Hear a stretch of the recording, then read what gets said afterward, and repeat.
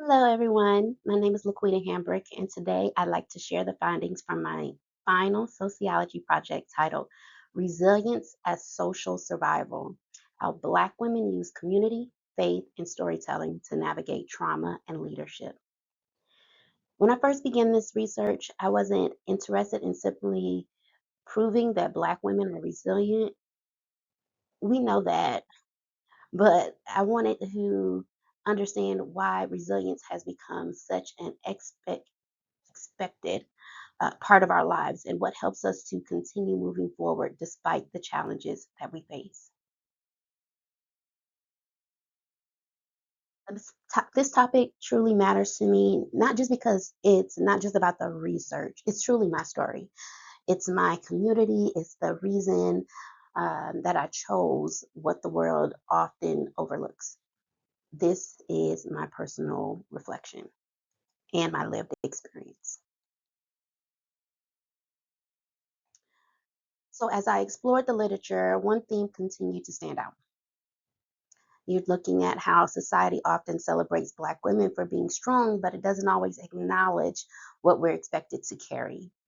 Many Black women are navigating racism, sexism, leadership responsibilities, caregiving, and emotional labor, all while expecting to remain resilient. If you look here in the slide, there are some references for you to consider. One of the biggest things that I discovered was that resilience doesn't happen in isolation. Every article that I reviewed pointed back to relationships. It reported, or it was a response to family, it was a response to community, it was a response to faith, storytelling. It gave spaces where people could be honest about their experiences. And those things don't just make people feel better, they actually help to build resilience. And so the research questions were as followed in order to be able to highlight and develop what resilience means in my community.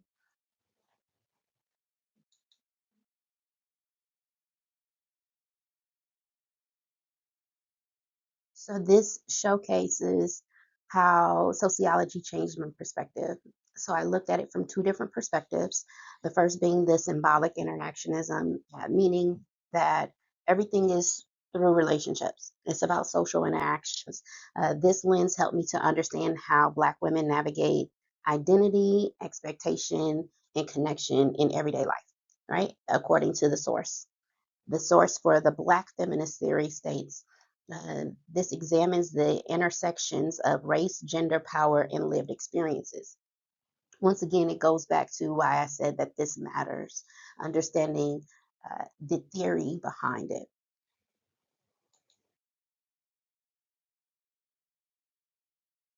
So one of the greatest lessons that sociology has taught me is that people's stories don't necessarily happen in a vacuum.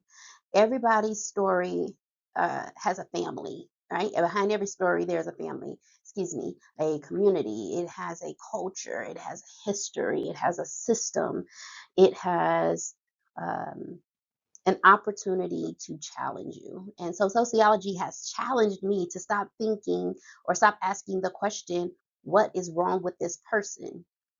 Instead, I have started asking what has happened to this person and what social experiences has shaped their reality. So when you're looking at the strong Black woman narrative, you're looking at how storytelling can change their perspective, mental health changes their perspective, faith and community changes their perspective, and of course, leadership. So looking back over the sociology program, I don't think the biggest thing that I learned was a theory or a statistic. I learned to see people differently.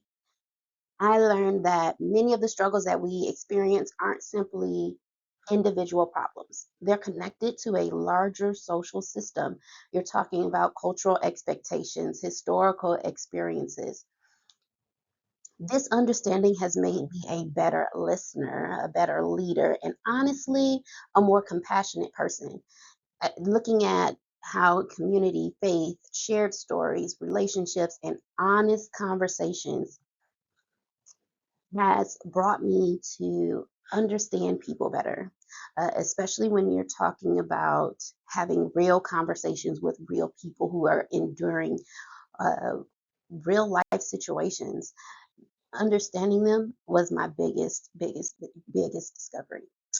Uh, so, some of these are the recommendations going forward on how to better understand the Black woman and the struggles that come along with resiliency. So, I want to really look at normalizing vulnerability. This is tied to the Black woman narrative and the strength that comes with it, also the vulnerability, the struggles that come along with it. Understanding having the right mentorship will help get through those hard times. Investing in mentorship networks, companies like the Real Resilient Conversation, who uh, gives workshops and one-on-ones and does speaking engagement. These mentorship opportunities can really help to develop a person.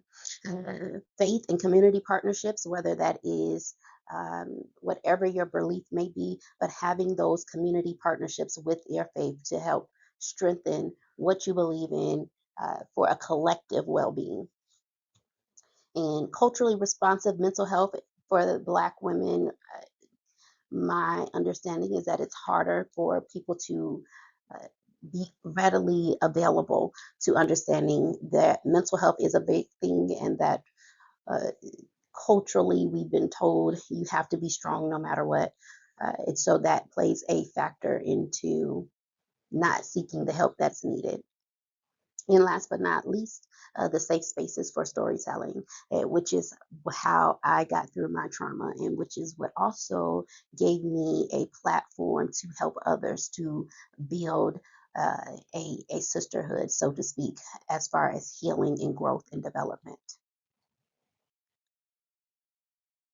Well, how sociology changed me at my personal reflection, once again, studying sociology has gave me a language for the experiences that I've always felt but never fully understood.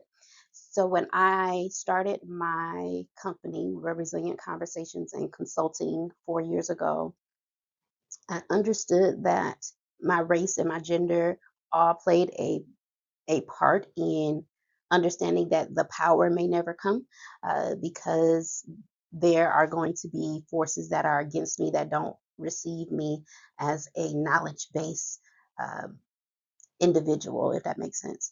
So now it has transformed not just how I think, but how I move throughout the world and my intention and my compassion and being understanding towards those people that may understand and also understanding that there are people who may not understand.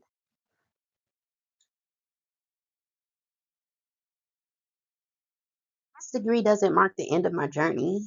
It strengthens the work I'm already passionate about. Through Real Resilient Conversations, my goal has always been to create spaces where people feel safe enough to tell their stories, begin healing, and build meaningful connections. Sociology has given me the research, the language, the perspective to support my work on a deeper and more intentional way. So, as I continue speaking, consulting, leading conversations, and hoping to use what I've learned to advocate for stronger communities, healthier relationships, and a broader understanding of what resilience truly means, it starts here. It starts here. And with sociology, I can only be ever so grateful because of it. Is how, of course, sociology.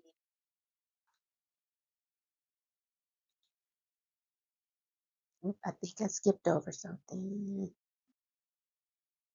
So, as you have looked through the references, if there's one thing that I hope people can take away from this project is this: resilience should never be admired without also understanding the circumstances that made it necessary. Although I focused on Black women, understand that we invest in community. And when we create safe spaces for honest conversations, we value people's lived experiences. And we don't just help people survive, we help them heal, lead, and thrive. Thank you for taking the time to learn about my research. I appreciate the opportunity to share with you. Have a good day.